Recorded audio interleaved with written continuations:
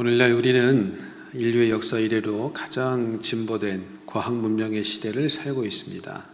가만히 생각을 해보십시오. 어떻게 사람이 자동차를 타고 몇백 킬로의 속도로 땅 위를 다닐 수가 있습니까? 또 어떻게 수백 명의 사람들이 비행기를 타고 하늘을 날 수가 있습니까? 예전에는 상상 속에서나 가능했던 일들입니다. 또 SNS의 발달로 세계 어느 곳에 있든지 바로 옆에 있는 사람에게 사람처럼 자유롭게 소통할 수 있게 되었습니다. 뿐만 아니라 의학기술의 발전으로 인간의 평균 수명도 많이 늘어났습니다. 요즘 아무렇지도 않게 우리가 100세 시대를 얘기하잖아요. 저도 이제 몇 번의 큰 수술을 또 경험하기도 하고 또 직업상 병원을 자주 가는데 제가 그 생각을 합니다. 옛날 같으면 다 죽었어야 될 사람들이에요. 저도 그렇고. 그렇지 않습니까? 의학 기술이 너무 발달되다 보니까 죽을 사람을 자꾸 살려놔요. 수명을 연장시켜놔. 그러니까 우리가 아무렇지도 않게 100세 시대, 100세 시대 이런 얘기를 하잖아요. 자, 이렇게 우리가 최첨단의 과학 시대를 살아가고 있습니다. 그러다 보니까 사람들이 얻은 것도 많지만 그에 비례해서 잃어버린 것들도 많습니다. 그 중에 하나가 이 영적인 것에 대한 관심이에요. 이전에는 신의 영역으로 또 신비의 영역으로 치부되던 것들이 과학의 발전으로 인해서 일부분 그 원인이 밝혀지면서 사람들이 영적인 존재, 영적인 영역에 대해서 의심의 눈초리를 보내게 됐습니다. 이를테면 마귀의 존재가 그것입니다. 많은 현대인들이 이제 마귀나 귀신의 존재를 먼 옛날 신화 속에나 등장하는 가상의 존재로 인식을 합니다. 오늘 같은 시대에 아직도 그런 존재를 믿는 사람이 있느냐 하면서 코웃음을 치는 것이죠. 이에 대해서 C.S. 루이스가 현대인들이 마귀의 존재에 대한 심각한 오류 두 가지가 있다고 지적을 합니다. 첫 번째는 앞에서 말씀드린 대로 마귀나 귀신의 존재를 부정하는 거예요. 가장 그게 쉬운 방법이죠. 그런 게 어디 있어? 이 사람아. 그 귀신이나 마귀 같은 거는 만들어낸 거지 없어. 무시해버리는 거예요. 두 번째 오류는 뭐냐면 반대로 이 마귀나 귀신의 존재에 집착하는 것, 지나친 관심을 갖는 것입니다. 이 둘 다 건강하지 않은 것이고 올바르지 않은 것이다. 이렇게 말을 하고 있습니다. 맞습니다. 근데 여러분 한 가지 분명한 것은 현대인들이 어떻게 생각하든 상관없이 성경은 분명히 마귀와 이 귀신의 존재에 대해서 분명히 말씀하고 있다는 거예요. 이 세상에는 눈에 보이지 않는 영적인 존재와 영적인 세계가 분명히 존재한다는 것입니다. 예전에 파푸아 뉴기니에서 복음을 전하던 한 선교사님이 어떤 입주자 마을에 들어가서 전도를 하고 있었어요. 허름한 판잣집에 통역자를 데리고 들어가서 한 부인에게 전도를 하는데 이 영적 세계의 실제에 대해서 설명을 하려고 애를 쓰고 있었습니다. 여러분 언어도 통하지 않죠. 문화도 다르지요. 여기는 무학자입니다. 글자도 모르는 아주머니에게 어떻게 영적 세계를 설명할 수 있을까? 땀을 뻘뻘 흘리면서 그 영적 세계를 설명하려고 애쓰고 있는데 갑자기 그 부인이 뭔가 깨달았다는 듯이 말을 합니다. 그러니까 지금 당신이 말하려고 하는 것은 하면서 종이에다가 뭔가를 그리기를 시작했어요. 그리고 그녀가 건넨 종이를 봤더니 반은 인간이고 반은 동물인 소름 끼치는 존재가 거기 그려져 있었습니다. 그리고 그녀가 이렇게 말합니다. 오늘 아침에도 저희 집에 셋이 있었어요. 제가 그린 그림은 바로 그것들이에요 라고 말을 하더라는 거예요. 이외 이 선교사님이 오랫동안 아시아, 태평양, 아프리카 많은 지역에서 선교하면서 아주 중요한 사실 한 가지를 깨달았어요. 그게 뭐냐? 이 사람들에게는 영적 세계의 실제에 대해서 설명할 필요가 없다는 거예요. 왜? 이미 일상에서 그들은 그것들과 함께 살고 있고 심지어 그 악한 영들을 보기까지 한다는 것이었습니다. 여러분 보이지 않는다고 해서 없는 게 아니에요. 보이지 않는 영적 세계가 있습니다. 성경은 뭐라고 말하느냐? 하나님께서 이 세상에 보이는 세계와 보이지 않는 세계 모두를 창조하셨다고 말씀합니다. 더 나아가서 우리가 눈에 보이는 이 물질 세계는 보이지 않는 것으로부터 창조된 거예요. 히브리서 11장 3절에서 말씀합니다. 믿음으로 모든 세계가 하나님의 말씀으로 지어준 줄을 우리가 아나니 보이는 것은 나타난 것으로 말미암아 된 것이 아니니라. 오늘날 우주의 기원을 빅뱅 이론이 정설로 받아들여지고 있습니다. 지금 이 시대의 정설로 우주의 나이가 밝혀지고, 더 놀라운 사실은 뭐냐? 우리가 불과 수십 년 전만 하더라도 우주라고 하는 세계는 무한한, 시작도 없고 끝도 없는 무한한 세계라고 생각했고 정적인 존재라고 생각을 했어요. 그런데 현대의 과학이 밝혀낸 중요한 사실이 뭐냐? 이 우주의 시작이 있다는 거예요. 동시에 끝이 있다는 겁니다. 지금도 우주는 팽창하고 있어요. 이게 엄청나게 중요한 사실을 발견한 겁니다. 그런데 중요한 게 뭐냐? 그 빅뱅 이론을 우리가 받아들인다 할지라도 그것이 왜, 어떻게 빅뱅 하게 되었는지는 어느 누구도 알 수 없다는 거예요. 제가 감히 단언컨대 예언합니다. 그건 죽었다 깨어나도 못 밝혀요. 그건 과학자들이 다 인정하는 사실이에요. 어떻게 왜 발생했는지는 몰라요. 그러나 성경은 우리에게 답을 주고 있잖아요. 하나님께서 말씀으로 우주 만물을 창조하시니라. 아시겠습니까? 여러분, 이 물질 세계가 저절로 우연히 만들어질 수 있을까요? 결코 그럴 수가 없습니다. 이 세계는 창조해 주신 하나님께서 당신의 말씀대로 창조하신 세계예요. 보이지 않는 세계, 보이는 세계, 하나님께서 다 만드셨습니다. 그래서 우리는 눈에 보이는 이 세상, 이 물질계에만 관심을 둘 게 아니고 더 근원적인 영적인 세계에 눈을 돌려야 된다는 것입니다. 오늘 본문에 등장하는 다니엘은 청소년 시기에 바벨론 포로로 끌려가서 바벨론에서 오랫동안 공직 생활을 한 유대 사람입니다. 하나님께서 이 다니엘에게 은사를 주셨어요. 지혜와 명철을 주셨는데 그 외에 특별한 은사가 하나 더 있습니다. 꿈과 환상을 깨달아 아는 은사를 주신 거예요. 이 다니엘이 그 은사가 있었기 때문에 그 이방 나라 땅에서 바벨론의 느부갓네살의 총리로 등용이 되고 나서도 이후로 계속 오랫동안 이방 나라에서 살아남을 수가 있었어요. 또한 그는 기도의 사람이었습니다. 여러분, 다니엘 하면 무엇이 떠오르시죠? 아마 사자굴 사건이 떠오를 거예요. 어려서부터 교회 다니신 분들은 이 다니엘의 사자굴 사건 많이 들었을 겁니다. 사자굴에 던져다 하나님의 은혜로 건짐을 받았습니다. 그런데 그가 왜 사자굴에 던져졌느냐? 그의 기도 생활 때문입니다. 다니엘서 6장 10절에 보면 그의 기도 생활을 이렇게 말씀합니다. 다니엘이 이 조서에 왕의 도장이 찍힌 것을 알고도 자기 집에 돌아가서는 윗방에 올라가 예루살렘으로 향한 창문을 열고 전에 하던 대로 하루 3번씩 무릎을 꿇고 기도하며 그의 하나님께 감사하였더라. 다니엘은 정말 기도하는 사람인데 하루에 3번씩을 시간을 딱 정해놓고 예루살렘을 향한 창문을 열어놓고 하나님께 늘 기도하던 사람이에요. 근데 그 기도의 내용이 뭐냐? 제가 말씀 준비하다가 참 여기에 꽂혔어요. 감사예요, 감사. 그 기도의 내용이 감사라고요.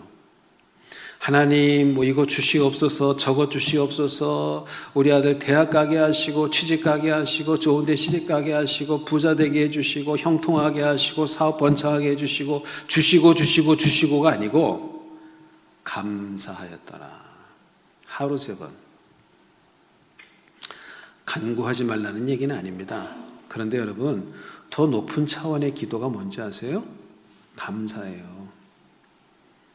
하나님께 감사할 수 있는 신앙의 수준이 되면 구하지 않은 것까지 주십니다. 하나님께서.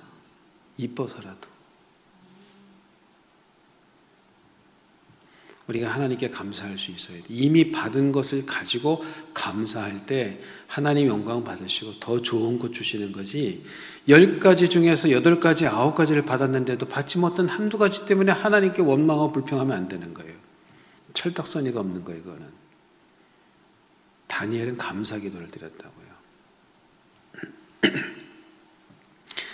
그러니까 하나님께서 그를 사랑하시지 않겠습니까? 그에게 온갖 놀라운 은혜와 은사를 부어주시지 않겠어요? 주시지요.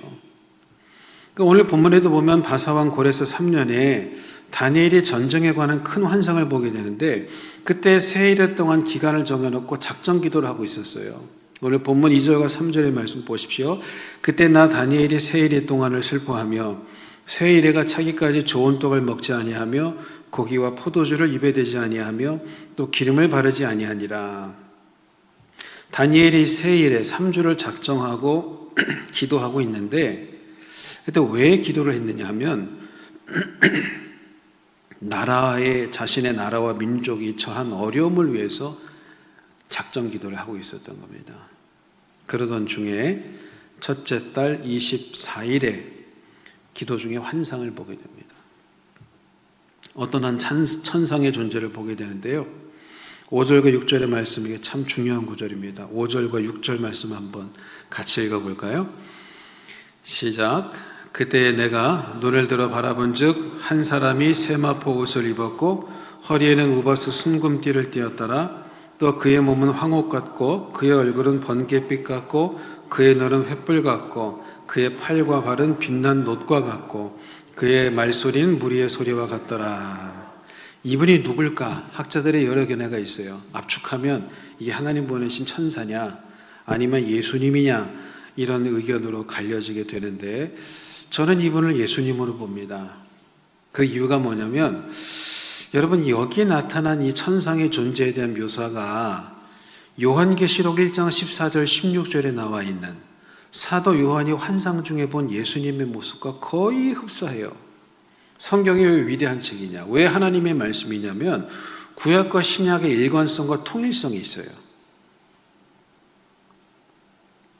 다니엘 시대는 예수님 아직 오기 전입니다. 그런데 환상 중에 봤던 그 예수님의 모습이 요한계시록 1장 14절 16절에 나와 있는 사도 요한이 봤던 예수님의 모습과 거의 같단 말이에요. 이 놀라운 광경을 다니엘이 기도 중에 봤어요. 근데 주님을 본 다니엘의 반응이 무엇입니까? 7절과 9절입니다. 이 환상을 나 다니엘이 홀로 보았고 나와 함께한 사람들은 이 환상을 보지 못하였어도 그들이 크게 떨며 도망하여 숨었느니라. 그러므로 나만 홀로 있어서 이 큰 환상을 볼 때에 내 몸에 힘이 빠졌고 나의 아름다운 빛이 변하여 썩은 듯하였고 나의 힘이 다 없어졌으나 내가 그의 음성을 들었는데 그의 음성을 들을 때 내가 얼굴을 땅에 대고 깊이 잠들었느니라.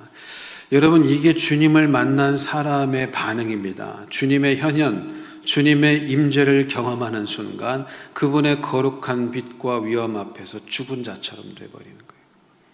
몸에 힘이 빠지고 얼굴은 썩은 것처럼 변하고 너무 힘이 들어서 죽은 자같이 잠이 들어요. 여러분 하나님을 정말 만난 사람은 절대 까불지 않습니다. 옛말이 틀린 게 하나도 없어요. 빈수레가 요란한 거예요. 빈수레가. 정말 하나님 만난 사람은 그 거룩함과 위엄, 그분 앞에서 내가 얼마나 죄악된 모습인지를 드러나기 때문에 죽은 자같이 두려움에 휩싸이게 되는 거예요. 그래서 하나님 앞에 드러난 자신의 실체를 두려워하고 동시에 나같이 죽어 마땅한 주인을 살려준 그 하나님의 사랑에 고맙고 감격할 뿐입니다. 이 사람이 하나님을 만난 사람이에요. 근데 얼마의 시간이 지났을까? 어떤 한 손이 다니엘을 어루만져 깨웁니다. 그리고 그에게 말씀하기 시작해요. 12절에서 13절의 말씀입니다. 그가 내게 이르되 다니엘아 두려워하지 말라. 내가 깨달으려 하여 내 하나님 앞에 스스로 겸비하게 하기로 결심하던 첫날부터 내 말이 응답받았으므로 내가 내 말로 말미암아 왔느니라. 그런데 바사 왕국의 군주가 21일 동안 나를 막았으므로 내가 거기 바사 왕국의 왕들과 함께 머물러 있더니 가장 높은 군주 중 하나인 미가엘이 와서 나를 도와주므로 이제 내가 마지막 날에 내 백성이 당할 일을 내게 깨닫게 하려 왔노라. 이는 이 환상이 오랜 후의 일임이라 하더라. 여기서 우리가 매우 중요한 영적 비밀이 드러나게 되는데 그것이 뭐냐 하면 하나님의 백성의 기도와 이 응답 사이에 치열한 영적 전쟁이 있다는 거예요. 하나님의 백성의 기도와 응답 사이에 치열한 영적 세계의 전투가 있다는 겁니다. 천사가 말하죠. 네가 기도하는 첫날 하나님이 응답하셨다는 거예요. 이미 네가 마음을 먹고 딱 작전 기도 시작하는 그날 하나님의 응답을 이미 주셨다는 거예요. 그런데 왜 응답이 지연됐어요? 응답을 가지고 오는 동안에 바사 왕국의 군주가 21일 동안 그를 막았다는 거예요. 이 바사 왕국의 군주가 누굴까요? 일단 하나님의 천사를 막았다는 점에서 악한 존재죠. 둘째, 그 악한 영이 바사 왕국의 군주로 불린다는 점에서 그 악한 영은 바사 제국의 공중 권세 잡은 사탄의 세력이라고 볼 수가 있습니다. 그러니까 우리가 기도할 때 응답이 너무 덜이 온다고 낙심하면 안 돼요. 여러분 다 응답이 됩니다. 기도는. 그게 yes냐, no냐, wait 이 세 가지 형태로 오는 거죠. 기도가 응답이 되는데 우리의 기도가 정력으로 쓰려고 드리는 잘못된 기도거나 우리에게 무익한 기도가 아니라면 하나님 반드시 응답을 하세요. 그런데 응답에는 내가 바라는 때와 시간차가 있을 수가 있어요. 시간차가. 그런데 그 시간차이가 나는 까닭에는 이처럼 악한 영의 방해 세력이 있을 수 있다는 것입니다. 이걸 잊지 말아야 돼요. 그래서 기도를 포기하면 안 돼요. 마귀가 우리에게 원하는 게 뭐냐면 기도를 그만두게 만들어요. 낙심하게 만들어요. 절망해서 기도 그만해. 기도해봐서 무슨 소용이 있어? 어차피 안 돼. 기도 그치게 하는 게 마귀의 목표거든요. 자, 그런데 여러분 사실 이런 응답은 다니엘이 원한 응답이 아니었습니다. 다니엘이 왜 금식하며 기도했죠? 자신의 나라와 민족을 위해서 기도한 거예요. 그런데 하나님께서 거기에 대해서 응답하지는 않고 먼 미래에 있을 장차 일어날 종말론적인 사건들에 대해서 그에게 말씀을 해주셨다는 겁니다. 다니엘이 이게 감당하기 어려운 거예요. 15절과 17절의 말씀 보십시오. 그가 이런 말로 내게 이를 때에 내가 곧 얼굴을 땅에 향하고 말문이 막혔더니 인자와 같은 이가 있어 내 입술을 만지니라. 내가 곧 입을 열어 내 앞에 서 있는 자에게 말하 이르되 내 주여 이 환상으로 말미암아 근심이 내게 더함으로 내가 힘이 없어졌나니 내 몸에 힘이 없어졌고 호흡이 남지 아니하였사오니 내 주의 이 종이 어찌 능히 내 주와 더불어 말씀할 수 있으리까. 응답을 받고 나니까 기쁜 게 아니라 더 부담이 되는 거예요. 더. 그리고 주님 주신 응답의 말씀을 감당하기가 어려워서 더 이상 말을 할 수도 없는 거예요. 이게 진짜 기도하는 사람이 경험하는 응답이에요, 여러분. 이게. 내 짐을 주님께 맡기려고 내 인생의 어려움을 해결해 달라고 갔는데 그날따라 하나님께서 주시는 말씀은 내 어깨를 더 짓눌러. 아니 세상에 왜 나한테 이런 말씀을 하실까? 그게 진짜 기도하는 사람이 받는 경험. 그게 응답이라고요. 지금 다니엘이 얘기하잖아요. 이 환상으로 말미암아 근심이 내게 더함으로 내가 힘이 없어졌나이다. 내 몸에 힘이 없어졌고 호흡이 남지 아니하였사오니 이 종이 어찌 능히 내 주와 더불어 말씀할 수 있으리까. 천사가 다니엘을 격려하고 위로합니다. 큰 은총을 받은 사람이요. 두려워하지 마라, 평안하라, 강건하라. 그리고 다시 말씀하기 시작하십니다. 20절과 21절 그가 이르되 내가 어찌하여 내게 왔는지 내가 아느냐? 이제 내가 돌아가서 바사 군주와 싸우려니와 내가 나간 후에는 헬라의 군주가 될 것이라.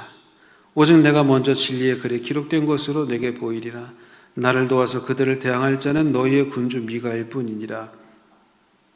헬라의 군주 역시 바사국 군주와 마찬가지로 악한 영인 사탄의 세력이거든요. 이 얘기는 뭐냐?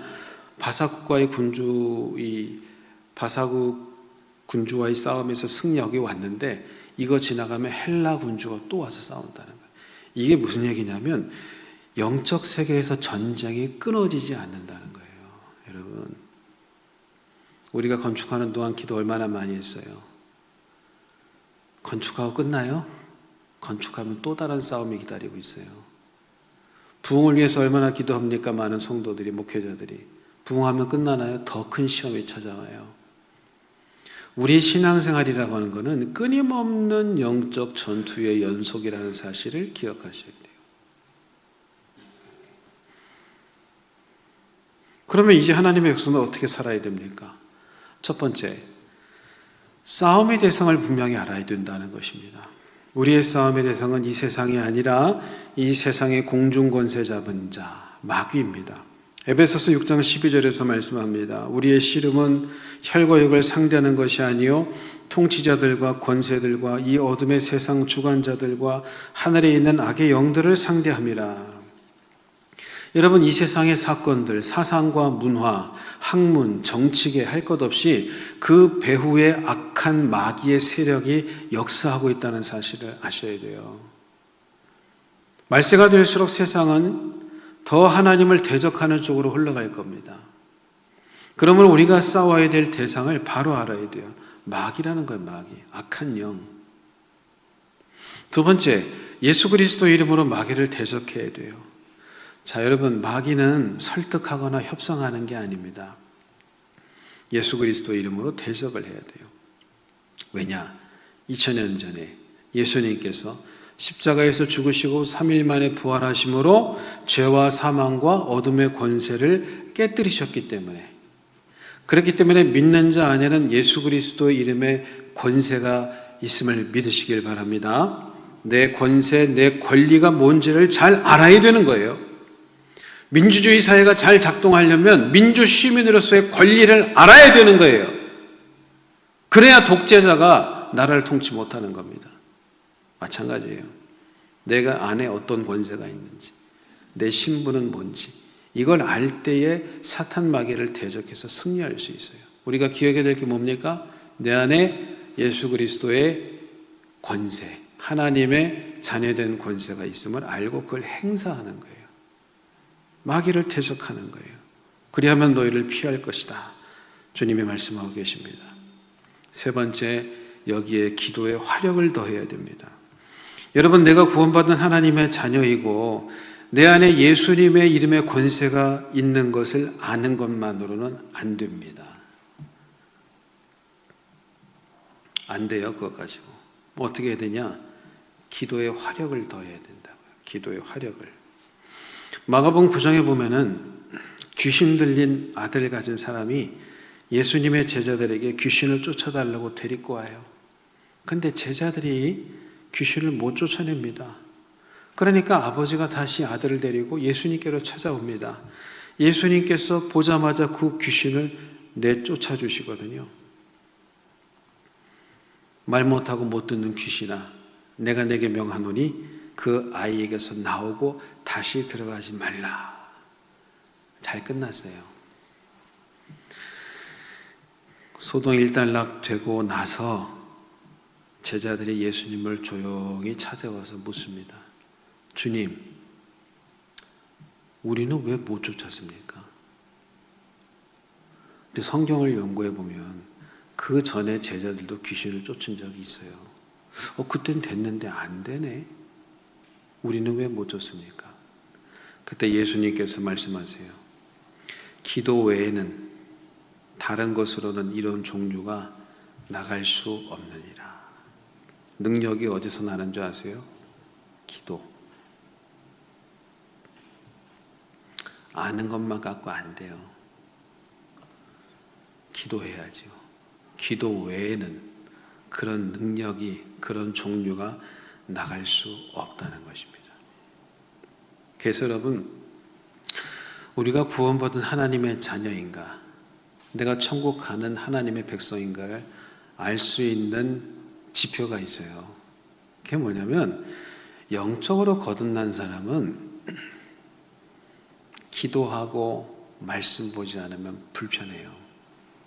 여러분이 만일에 주일날 한번 교회 오는 거 말고 평소에 말씀 보지 않고 기도하지 않아도 마음이 편안하다. 여러분 구원받은 사람 아니에요. 살아있는 존재가 숨을 쉬는데 불편하다는 얘기는 뭐냐? 병들었다는 얘기예요. 여러분 우리가 건강할 때 숨 쉬는 거 느끼나요? 인지합니까? 우리가 숨을 쉬는 거 인지하지도 못하고 편안하게 숨을 쉬거든요. 근데 언제 숨 쉬는 게 힘들어지냐? 문제가 생겼을 때. 제가 예전에 큰 수술 받고 중환자실 갔다가 입원실로 이제 왔는데 제가 그때 처음 경험한 게 있어요. 뭐냐면 숨이 안 쉬어지는 거예요. 숨을 쉬는데 숨이 모자라요. 여기에는 산소 마스크를 쓰고 또 기구를 달고 산소 포화도를 올리는데도 계속 숨이 헉 되면서 모자라. 희한한 경험이었어요. 이게 뭐지?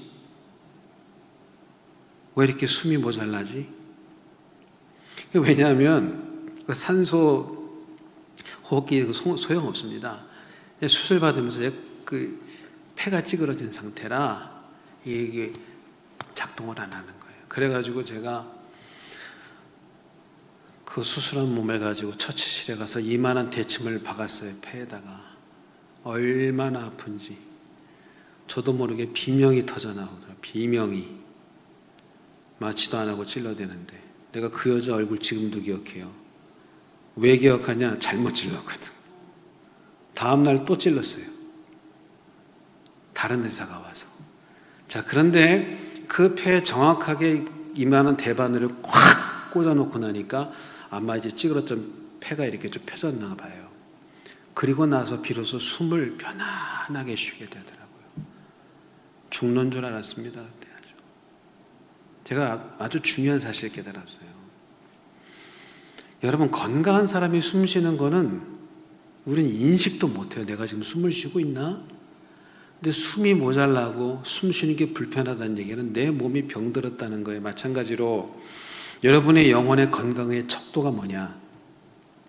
예배하지 않아도 기도하지 않아도 말씀 보지 않아도 편안하다? 그 병든 거예요. 정상적인 우리 구원받은 심령은 그거 못하면 숨이 헐떡거리고 숨이 부족하고 마음이 불편하고 사는 게 재미가 없고 그 사람이 구원받은 하나님의 백성인 거예요. 여러분 기도하십니까? 밥 먹을 때 기도하는 거 말고 기도 생활 하시냐고요.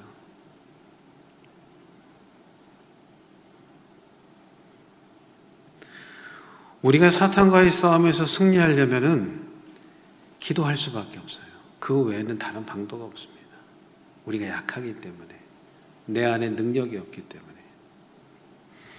다시 말씀드립니다만 내가 구원받은 하나님의 자녀가 되었다는 사실을 아는 것만으로 안 돼요. 여기에 반드시 기도에 화력을 더해야 됩니다. 지속적인 기도가 중요합니다. 지속적인 기도. 그럴 때 악한 마귀는 떠나가게 될 줄 믿습니다. 우리 그리스도인의 삶은 치열한 영적 전쟁의 연속입니다. 그러므로 싸움의 대상을 바로 하십시오. 우리 안에 계신 그리스도 예수의 이름으로 마귀를 대적하십시오. 여기에 기도의 화력을 더하십시오. 그리하여 이 마귀와의 영적 싸움에서 승리하는 임마누엘의 모든 성도들이 되시기를 주의 이름으로 축원합니다.